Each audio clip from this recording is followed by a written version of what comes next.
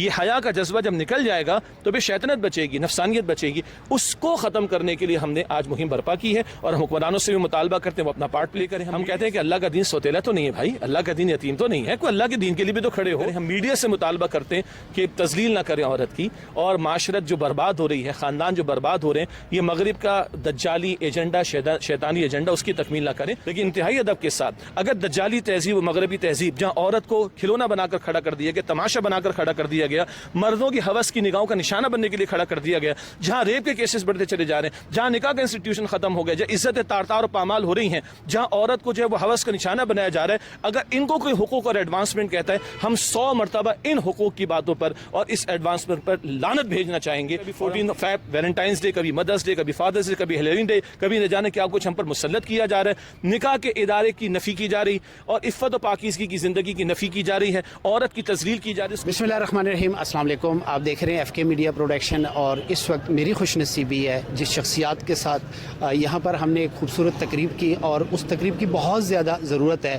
کہ میری بیٹی کو، میری بہن کو گھر میں وراثت میں حصہ کیوں نہیں ملتا. ہماری بیٹی، ہماری بہن جب پیدا ہوتی ہے اپنے بھائیوں کی، اپنے والدین کی خدمت کرتی ہے، لیکن جب اس کو گھر سے رخصت کیا جاتا ہے تو وراثت کا ٹکڑا جو ہوتا ہے، جو والدین نے ان کے لیے مختص کیا ہوتا ہے، اگر بھائیوں کی ذمہ داری ہوتی ہے تو بھائی اگنور کرتے ہیں.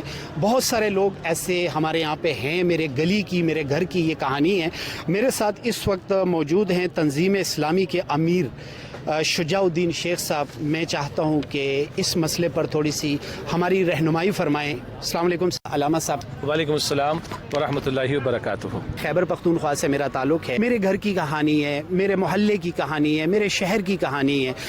آخر اس طرف ہم توجہ کیوں نہیں دیتے؟ بسم اللہ الرحمن الرحیم. جزاک اللہ خیر. بڑے اہم مسئلے پر آپ نے توجہ دلانا چاہیے.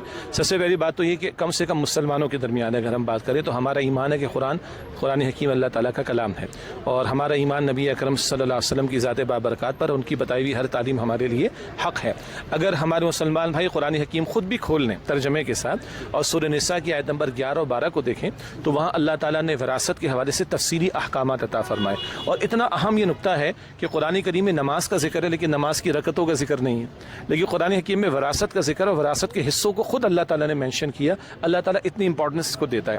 اسی طرح سورہ نساء کی آیت نمبر 11-12 میں ماں باپ کا حصہ کتنا ہوگا، اولاد کا حصہ کتنا ہوگا، بہن بھائیوں کا حصہ کتنا ہوگا، شوہر بیوی کا حصہ کتنا ہوگا، یہ مینشن کر دیا گیا. پھر سورہ نساء کی آیت نمبر 13-14 میں اللہ فرماتا ہے جو ان احکامات پر عمل کرے گا ان کے لیے جنت، اور جن احکامات کی خلاف ورزی کرے گا اس کے لیے جہنم. گویا وراثت کا حکم اس قدر بڑا اہم حکم ہے کہ اس پر عمل کرنے پر جنت کی بشارت اور اس کی خلاف ورزی کرنے پر جہنم کا ڈراوا دیا گیا. ہمارے معاشرے کا ایک بہت بڑا مسکنسیپشن یہ ہے کہ ہندوانہ تہذیب کے اثرات کچھ ہمارے یہاں بھی آئے اور ہمارے لوگ بیٹی کو شادی کے موقع پہ جہیز نہ جانے کیا کچھ دیتے. اگین یہ قرآن و سنت کی تعلیم کے خلاف ہے. اللہ تعالیٰ نے ساری کفالت کی ذمہ داری مرد پر ڈالی ہے، عورت پر کفالت کی ذمہ داری نہیں. نہ اس کی شادی کے ٹائم پر اس کے ماں باپ یا بھائیوں پر کوئی خرچہ آتا ہے. تو شریعت میں ساری کفالت کی ذمہ داری مرد پر ہے. تو ایک باپ اپنی بیٹی کو، ایک بھائی اپنی بہن کو رخصت کرے تو 1 روپے کا خرچہ بھی نہیں. مگر ہندوانہ تہذیب میں کیا ہے کہ وہاں بیٹی کو جہیز دیتے، اس کو دھان دہیج یعنی خیرات کہا جاتا ہے، اور وراثت میں بیٹیوں کو حصہ نہیں دیتے. ہمارا دین عورت کو وراثت میں حصہ بتاتا ہے. اس کے شوہر کا انتقال ہوگا تب بھی ملے گا، اس کے والد والدہ کا انتقال ہوگا تب بھی ملے گا. کوئی اس کو ڈپرائیو آف اگر کرتا ہے تو وہ شریعت کی خلاف ورزی کرتا ہے اور اپنے لیے وہ گویا کہ جہنم کے انگارے تلاش کر رہا ہے. اس میسج کو ہمیں کنوے کرنا چاہیے.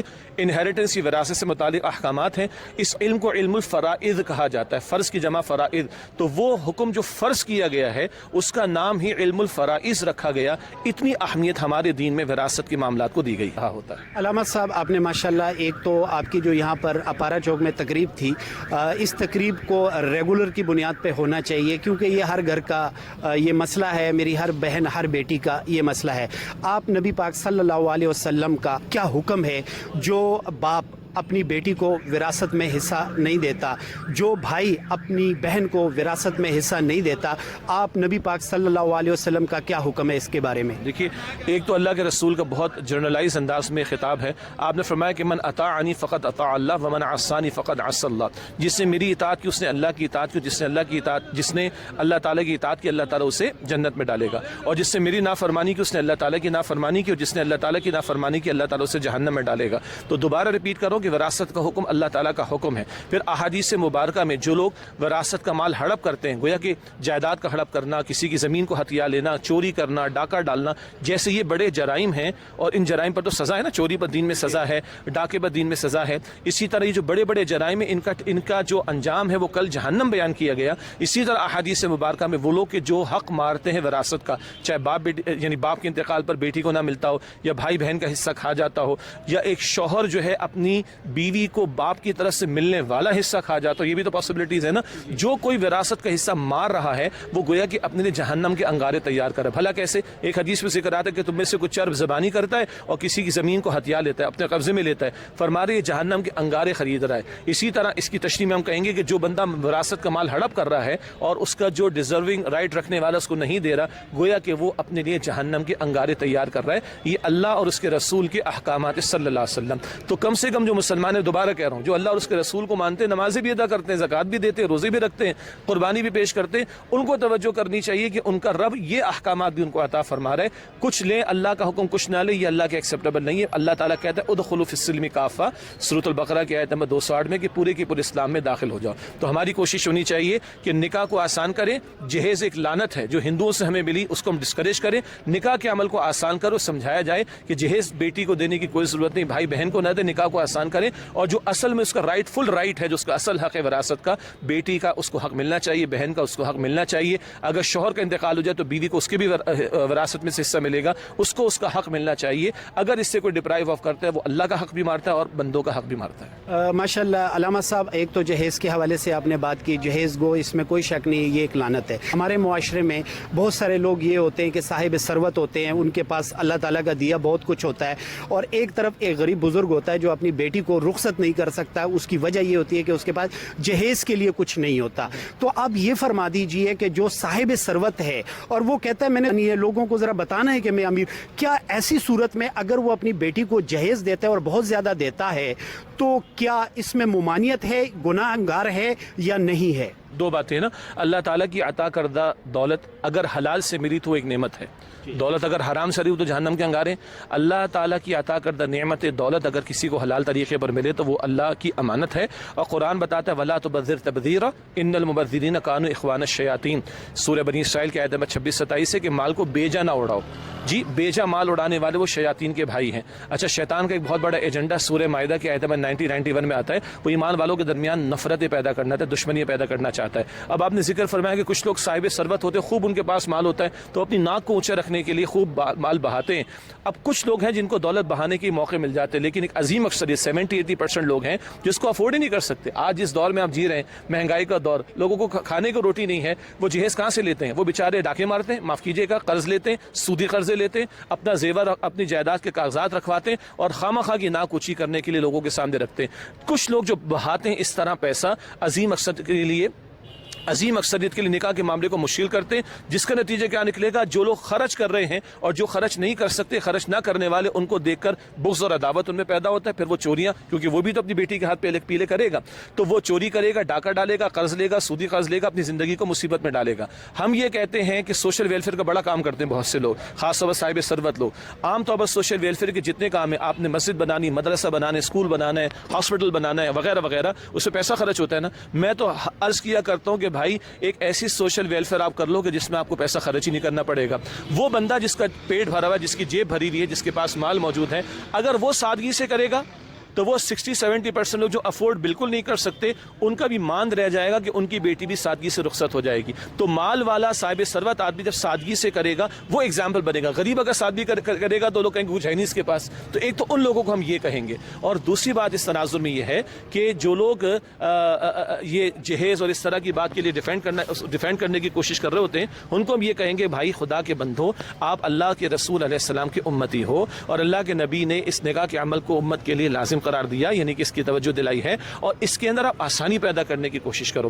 2-4 دن کا دکھاوا ہوتا ہے، اس کے بعد کیا ہوتا ہے اللہ معاف کرے. میں پرسنلی ایسی فیملیز کو کراچی، اسلام آباد، لاہور میں جانتا ہوں کہ جنہوں نے لاکھوں کروڑوں بہا دیے، 6 مہینے بعد طلاق بھی ہو گئی. ایسے بہانے کا کیا فائدہ ہے؟ پیسہ بہانے سے. ہاں، ایک بزرگ ہیں، اللہ تعالیٰ ان کی مغفرت فرمائے، ان کی 5 بیٹیوں کو انہوں نے نکاح کیا، مسجد میں نکاح پڑھایا، اور بیٹیاں مسجد سے ہی خواتین کے سیکشن سے رخصت کر دی گئی سادگی کے ساتھ. اور انہوں نے کہا کہ بیٹا میری ناک ویسی کی ویسی ہے.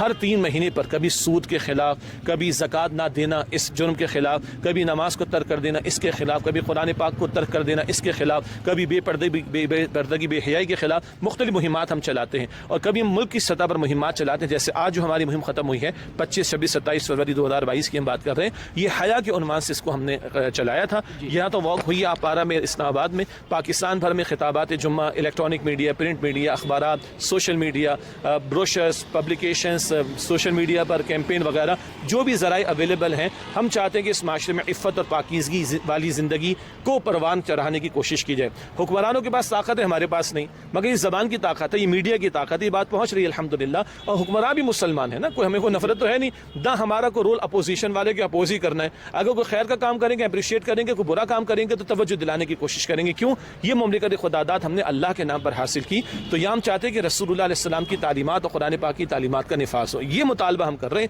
آج ہم واک کر رہے ہیں، کبھی ہم اللہ نے چاہا کوئی تحریک بھی برپا کریں گے انشاءاللہ تعالی، اور ہم پرامن قسم کے لوگ ہیں، ہم کوئی توڑ پھوڑ اپنے بھائیوں کی گاڑیاں جلانا، آپ نے دیکھا کہ ہم واک کر رہے تھے تو ہم نے گاڑیوں کو ڈسٹرب نہیں کیا، آپ دیکھ رہے تھے کہ ایک ٹریک کی طرف ہم چل رہے تھے، دوسرے ٹریک پہ ساتھ گاڑیاں بھی چل رہی تھی، ہم سب مسلمان ہیں، سب کو توجہ دلانے کی کوشش کرتے ہیں، یہ توجہ ہم زبان سے جتنا میڈیم اویلیبل اس سے دلاتے رہیں گے، پھر اللہ تعالیٰ میں توفیق عطا فرمائے کہ ہم ایک منظم تحریک برپا کر سکیں اور شریعت کا مطالبہ لے کر کھڑے ہوں۔ لوگ بجلی، گیس، پانی کے لیے کھڑے ہوتے ہیں، اپنے سیلز ٹیکس کا ریٹ کم کروانے کے لیے کھڑے ہوتے ہیں، سیاستدان اپنے مطالبات منوانے کے لیے کھڑے ہوتے ہیں، ہم کہتے ہیں کہ اللہ کا دین سوتیلا تو نہیں ہے بھائی، اللہ کا دین یتیم تو نہیں ہے، کوئی اللہ کے دین کے لیے بھی تو کھڑے ہو، اور یہ وہ واحد ملک ہے جو اسلام کے نام پر بنا، اس کا حق بھی ہے، اس کا فرض بھی ہے کہ یہاں پر شریعت کے احکامات کا نفاذ ہو۔ تو آج ہم نے حیا کے تعلق سے مہم چلائی، کیوں؟ حدیث میں آتا ہے کہ حیا اور ایمان دونوں ساتھی ہیں، ایک چلا جائے گا دوسرا بھی چلا جائے گا، اور حدیث میں آتا ہے کہ جب حیا گئی تو جو چاہو تو تم کرو گے، پھر ہمارا اخلاق بھی بگڑ رہا ہے، ہماری معاشرت بگڑ رہی، ہم کرپشن سے پریشان ہیں، یہ حیا کا جذبہ جب نکل جائے گا تو پھر شیطنت بچے گی، نفسانیت بچے گی،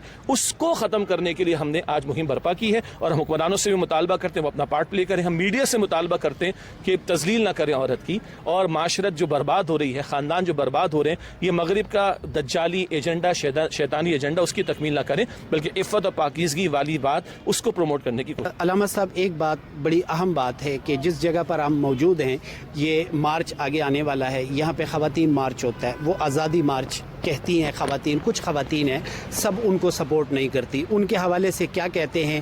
ان کا جو میسج ہے کیا وہ معاشرے کے لیے پازیٹیو ہے یا نہیں؟ دیکھیے، ہم یہ سمجھتے ہیں پاکستان میں 98% لوگ مسلمان ہیں، اور ان 98% کی اگر ہم مزید ڈویژن کریں تو پاکستان میں 54-55% خواتین ہیں، سب ہماری بہنیں، ہماری بیٹیاں ہیں، ہماری مائیں ہیں جی، اور ہم یہ سمجھتے ہیں کہ اللہ کا دین ہماری بہنوں کو، ماؤں کو، بیٹیوں کو عزت عطا کرتا ہے۔ ہاں، اگر ان ہماری بہنوں اور بیٹیوں کو، جیسے کہ آپ کے کئی سوالات آئے، اگر کوئی وراثت میں حصہ نہیں دیتا تو ایسے مردوں کو ہم کنڈیم کرتے ہیں، ہم کہتے ہیں وہ ظلم کر رہے ہیں۔ ہم نے پوری بات آپ کے سامنے بیان کی ہے کہ جو بیٹیوں کو، بہنوں کو وراثت میں حصہ نہیں دے رہے، وہ اپنے لیے جہنم کی انگارے تیار کر رہے ہیں۔ آج اگر کوئی بیٹیوں کے اوپر ظلم و ستم کرتا ہے تو ہم اس کو کنڈیم کریں گے۔ آج اگر نکاح کے معاملے کو مشکل بنایا جا رہا ہے اور جہیز کی لعنت کو پروموٹ کیا جا رہا ہے اور بیٹیوں کے نکاح نہیں ہو رہے اور بچیوں کی عمریں نکل رہی ہیں، بیچاریوں کی زندگیاں برباد ہو رہی ہیں، تو ہم کہتے ہیں کہ ایسا ظلم کرنے والوں کو ہمیں کنڈیم کرنا چاہیے۔ ہم تو یہاں تک کہیں گے، فقہی مسئلہ جس میں اختلاف بھی ہے، کہ اکثر ہمارے فقہا کے ہاں ایک وقت میں دی گئی 3 طلاقیں 3 واقع ہو جاتی ہیں، لیکن سیدنا عمر رضی اللہ تعالیٰ عنہ نے جب اس کو نافذ کیا تو وہ کوڑے بھی لگواتے تھے۔ علماء نے جنرل مشرف کے دور میں کہا کہ یہ 3 طلاقیں ایک وقت میں دیتے ہیں، چلو فقہی مسئلہ اپنی جگہ پر، اس میں اختلاف ہے، اپنی جگہ پر ان کو کوڑے مارے جائیں کہ شریعت کے ساتھ کھلواڑ کر رہے ہیں۔ ہمارے جاگیردار وڈیرے جو اپنی بیٹیوں اور بہنوں کا نکاح قرآن پاک سے کر کے ان کو گھر میں بٹھاتے ہیں تاکہ کسی کے ناک کے نیچے نہ آنا پڑے اور کسی کے سامنے جھکنا نہ پڑے، یہ ظلم کرتے ہیں۔ ونی کاروکاری کے نتیجے میں، ان بہیمانہ رسومات کے نتیجے میں جو بیٹیاں قتل کی جا رہی ہیں، ہم کہتے ہیں اسے ظالموں کو لٹکا کر چوک کے اوپر سزا دینی چاہیے، اور میڈیا چاہیے کہ 7 دن ان لاشوں کو دکھائے تاکہ لوگوں کو عبرت حاصل ہو۔ اگر ان حقوق کی پامالی ہوتی ہماری بہنوں بیٹیوں کی تو ہم بینگ ان کے بھائی مرد، ہم آگے بڑھ کر یہ کہیں گے کہ ان کے حقوق ان کو ملنے چاہیے۔ اسی طرح ان بہنوں بیٹیوں کو یہ بھی یاد رکھنا چاہیے کہ اللہ کے دین نے ان کو ماں کی حیثیت میں تکریم دی ہے، جنت ماں کے قدموں کے بعد بتائی گئی، بیوی کی حیثیت میں تکریم دی ہے، بیٹیوں کی حیثیت میں تکریم دی ہے۔ حدیث مبارک میں آتا ہے 3 بیٹوں کی پرورش کرنے والے کے لیے جنت، اگر 3 پھپھیوں کی کفالت کسی مرد کے پاس آ جائے تو اس کے لیے جنت، 3 خالاؤں کی کفالت کسی بندے کے پاس آ جائے اس کے لیے جنت، یہ تکریم دی دی گئی. اللہ کا دین تکریم دیتا ہے ایک عورت کو کہ اس کو گھر کی ملکہ بنایا گیا, اس کو مستقبل حوالے کیا گیا کہ وہ بچوں کی نگہداشت کرے, پرورش کرے. اللہ کا دین ایک عورت کو تکریم دیتا ہے, اس کو معاش کی جد و جہد سے بالکل فارغ کر دیا گیا. بیٹی ہے تو باپ کی ذمہ داری, بیوی ہے تو شوہر کی ذمہ داری. یہ سارا وہ پیراڈائم ہے جو دین بیان کرتا ہے. تو ہم کہتے ہیں اگر اس کو کوئی حقوق کہتا ہے, ہم کہتے ہیں ہم آپ کے ساتھ. ہم کہتے ہیں حق کی بات ہی نہ کرو, آپ کو اللہ کی شریعت ہمیں دے دو. لیکن انتہائی ادب کے ساتھ اگر دجالی تہذیب و مغربی تہذیب جہاں عورت کو کھلونا بنا کر کھڑا کر دیا گیا, تماشا بنا کر کھڑا کر دیا گیا, مردوں کی ہوس کی نگاہوں کا نشانہ بننے کے لیے کھڑا کر دیا گیا, جہاں ریپ کے کیسز بڑھتے چلے جا رہے ہیں, جہاں نکاح کا انسٹیٹیوشن ختم ہو گیا, جہاں عزتیں تار تار و پامال ہو رہی ہیں, جہاں عورت کو جو ہے وہ ہوس کا نشانہ بنایا جا رہا ہے, اگر ان کو کوئی حقوق اور ایڈوانسمنٹ کہتا ہے, ہم 100 مرتبہ ان حقوق کی باتوں پر اور اس ایڈوانسمنٹ پر لعنت بھیجنا چاہیں گے. اور ہم کہیں گے فاطمہ الزہرا کی چادر رضی اللہ تعالیٰ عنہ, فاطمہ الزہرا اور عائشہ صدیقہ رضی اللہ تعالیٰ عنہما کی حیا, یہ عورت کا اصل زیور ہے. اس کے اوپر توجہ دلانا چاہیں گے. باقی باہر کے جو ایجنڈے جس کے نتیجے میں کبھی 14 فیب ویلنٹائنس ڈے, کبھی مدرس ڈے, کبھی فادرس ڈے, کبھی ہیلوین ڈے, کبھی نہ جانے کیا کچھ ہم پر مسلط کیا جا رہا ہے. نکاح کے ادارے کی نفی کی جا رہی اور عفت و پاکیزگی کی زندگی کی نفی کی جا رہی ہے. عورت کی تذلیل کی جا رہی ہے اس کو اشتہاری کھلونا بنا کر. اگر یہ ایجنڈا سال کے کسی دن بھی کوئی اگر منانے کی بات کرے گا تو ہم اس کی مذمت کریں گے اور ہم کہیں گے شریعت کی طرف آؤ. اللہ ہمارا خالق ہے, مرد کا بھی عورت کا بھی. اللہ نے جو حقوق تمہیں ہمیں عطا کیے ہیں اس سے بہتر کوئی حقوق ہمیں عطا نہیں کر سکتا. ان حقوق کی اگر کوئی بات کرے گا وی آر ود دیم. لیکن اگر کوئی مغربی معاشرے کی نقالی کرنا چاہے, دجالی تہذیب کا ایجنڈا پورا کرنا چاہے, شیطان کے ایجنڈے جو کہ بے حیائی پر مبنی اس کے ایجنڈے کی تکمیل کرنا چاہے, ہم اس کو کنڈیم کریں گے. ماشاءاللہ مجھے بہت خوشی ہو رہی ہے کہ میں نے, چونکہ ان کا علامہ صاحب کا جو میسج تھا معاشرے کے لیے کہ بیسکلی تو بے حیائی کو ختم کیا جائے, جہیز کی لعنت کو ختم کی جائے اور بیٹی اور بہن کو جو ہے وہ وراثت میں حصہ دی جائے, بہت اہم آواز ہے یہ. لیکن میں علامہ صاحب سے یہ پوچھنا چاہوں گا کہ یہ آواز تو آپ کی ہے, ہم اور آپ سب مل کر کس طرح کوشش کر سکتے ہیں کہ اس آواز کو مزید پہنچایا جائے حکام بالا تک, اور آپ کس حد تک سمجھتے ہیں کہ میڈیا جو ہے وہ اس طرح کے معاملات میں ہمیں پراپر سپورٹ کیوں نہیں کرتا؟ کوئی گلہ ہے آپ کو؟ جی گلہ تو ہے, کیونکہ بہرحال میں بھی پچھلے 20 سال سے الحمدللہ مختلف میڈیا چینلز پر دینی پروگرامز الحمدللہ پریزنٹ کرتا ہوں. اور ہمیں افسوس ہوتا ہے کہ جب آپ کا ہمارا پرائم ٹائم ہوتا ہے, جب ہم چھوٹے جب ایک پی ٹی وی ہوتا تھا تو پرائم ٹائم ہوتا تھا 7 سے 9 کا, اور آج آپ کو پتا, آپ ہم سے زیادہ جانتے ہیں, آج پرائم ٹائم ہے رات 9 سے 12 کا. 100 چینلز میں مجھے کوئی ایک چینل بتا دے جو پرائم ٹائم میں سیریس دین کا پروگرام پریزنٹ کرتا ہوں. 1-2 مذہبی چینلز ہیں, ٹھیک ہے, ان کی ریٹنگ آپ کو بھی پتا ہے, مجھے بھی پتا ہے, لیکن باقی بڑے چینلز میں سے کوئی ایک چینل بتا دیں کہ جو پرائم ٹائم کے اندر کوئی سیریس دینی پروگرام. میں کیوں کہہ رہا ہوں سیریس دینی پروگرام, آج لوگوں نے دین کو تماشا بنا لیا, رمضان ٹرانسمیشن میں دین کا کھلواڑ بنایا جا رہا ہے, استغفر اللہ, ٹھیک ہے جی. تو ایک تو یہ شکوہ رہے گا. اسی کے ساتھ ساتھ جو نیگیٹیوٹی ہے اس کو فوراً پروموٹ کیا جاتا ہے. اسی طریقے پر جو ڈرامے آج کل بن رہے ہیں ہم نہیں دیکھتے, لیکن رائٹرز ہمارے پاس بھی آتے ہیں, جس طرح ان میں ڈائلاگ کے بٹوین دا لائنز شریعت کے احکامات کا مذاق اڑایا جا رہا ہے, عدت کا مذاق اڑایا جا رہا ہے, طلاق کے متعلقہ احکامات کو کھلواڑ بنایا جا رہا ہے, بیوہ کے بارے میں کھلواڑ بنانے کی بات, نکاح کے بندھن کے انکار کی بات کی جا رہی, وراثت کے احکامات کے انکار کی بات کی جا رہی ہے. یہ شکوہ تو ہمیں رہے گا. لیکن اس سب کے باوجود جیسے ہم حکمرانوں کو کہتے ہیں وہ بھی کلمہ کو مسلمان ہیں, میڈیا کے مالکان وہ بھی کلمہ کو مسلمان ہیں, میڈیا کے جو ہمارے اینکر پرسنز ہیں وہ بھی مسلمان ہیں, جو ہمارے صحافی بھائی ہیں وہ بھی مسلمان ہیں. بس درد دل یہ ہے کہ اللہ کے بندو, ہم نے کل مرنا ہے, ہم نے کل اللہ کو جواب دینا ہے. Where do we stand today? ہم حق کے ساتھ ہیں, باطل کے ساتھ ہیں. چند پیسے تو مل جائیں گے, چند لاکھ کسی کو, چند کروڑ کسی کو, چند ارب مل جائیں گے, لیکن کفن میں جیب بھی نہیں ہوتی, کفن میں جیب بھی نہیں ہوتی, اور نہ وہاں کوئی آن لائن ٹرانزیکشن میں کر سکوں گا. تو جانے والا میرا ایمان, میرا عمل میرے ساتھ ہے. Are we ready to face اللہ سبحانہ و تعالیٰ؟ کل اللہ کے سامنے کھڑے ہوں گے, تیار ہیں ہم اس کے لیے؟ کل محمد مصطفیٰ صلی اللہ علیہ وسلم سے سامنے ہوں, تیار ہیں اس بات کے لیے؟ محمد مصطفیٰ علیہ السلام کی حیا یہ بیان کی گئی کہ آپ صلی اللہ علیہ وسلم ایک قوادی پردہ کرنے والی لڑکی سے بھی زیادہ حیا کرنے والے تھے. تو ہماری گزارش یہ ہے, یہ جو باتیں بیان کی گئی اللہ کے کلام کی باتیں, اس میں ہمارے کسی اسکول آف تھاٹ کا کوئی اختلاف نہیں. You name it, Deobandi, Barelvi, اہل الحدیث, ایون شیعہ سنی, ان سب سے ہم معلومات کر لیں. عورت کی تذلیل کو کوئی گوارا نہیں کر سکتا. عورت کے لیے ستر حجاب کے احکامات, مرد کے لیے ستر حجاب کے احکامات, پردے کے احکامات, محرم نامحرم کی تمیز, سب کے یہاں اگریڈ اپون بات ہے. نکاح کو آسان کرو, سب کی اگریڈ اپون بات ہے. جہیز کی لعنت کا خاتمہ کرو, وراثت میں بیٹی کو حصہ دو, عورت کی تکریم کرو, ماں کی حیثیت میں, بہن کی حیثیت میں, بیٹی کی حیثیت میں. اس میں کسی اسکول آف تھاٹ کا کوئی اختلاف نہیں ہے, پوری امت کا اس پر اتفاق ہے. اس آواز کو تو بلند کر لیں. تو ہم یہ چاہیں گے جیسے ہم گفتگو کر رہے ہیں, آپ ریکارڈ کر رہے ہیں, آپ آگے پریزنٹ کریں, ہمارے میڈیا کے مالکان اس کو تھوڑی نہیں اچھی خاصی پرائرٹی دیں. ہیں انہیں بھی جواب دینا ہے. وہ بھی نبی اکرم علیہ السلام کی امتی, ہمارے حکمران وہ بھی نبی اکرم علیہ السلام کی امتی ہیں. کل ہم نے اللہ کو اور اس کے رسول کو منہ دکھانا ہے. اس کو اگر ذہن میں رکھیں اور اس خیر کی بات کو پھیلائیں تو اللہ تعالیٰ کی برکت بھی ہمارے شامل حال ہوگی. آج ہم کرپشن دیکھ رہے ہیں, دغا بازی دیکھ رہے ہیں, قتل و غارت گری دیکھ رہے ہیں. حضور فرما رہے ہیں جب تمہیں حیا نہ رہے جو چاہو سو کرو, یعنی پھر جو تباہی آئے گی وہ کم ہوگی. تو اگر ہم اپنی ریاست کی سطح پر, اپنی معاشرت کی سطح پر, اپنے گھرانوں کی سطح پر تباہی سے بچنا چاہتے ہیں تو یہ میسج ہم سب کا کامن میسج ہے. اس کو پروموٹ کرنے کے لیے جو حصہ ڈال سکتے ہیں, الیکٹرانک میڈیا, پرنٹ میڈیا, ہمارے دفاتر, ہمارے اختیار, ہمارا گھر, ہمارا دائرہ کار, جہاں جہاں بات کر سکتے ہیں ہمیں بات کو پروموٹ کرنا چاہیے. بہت شکریہ جی آپ کی, چونکہ بہت زیادہ مصروفیات ہے اور مصروفیات کے باوجود آپ نے اپنی قیمتی لمحات میں سے اس اہم مسئلے پہ اور خیر کے مسئلے پر آپ نے گفتگو فرمائی. آپ کا بہت زیادہ شکریہ ادا کرتے ہیں.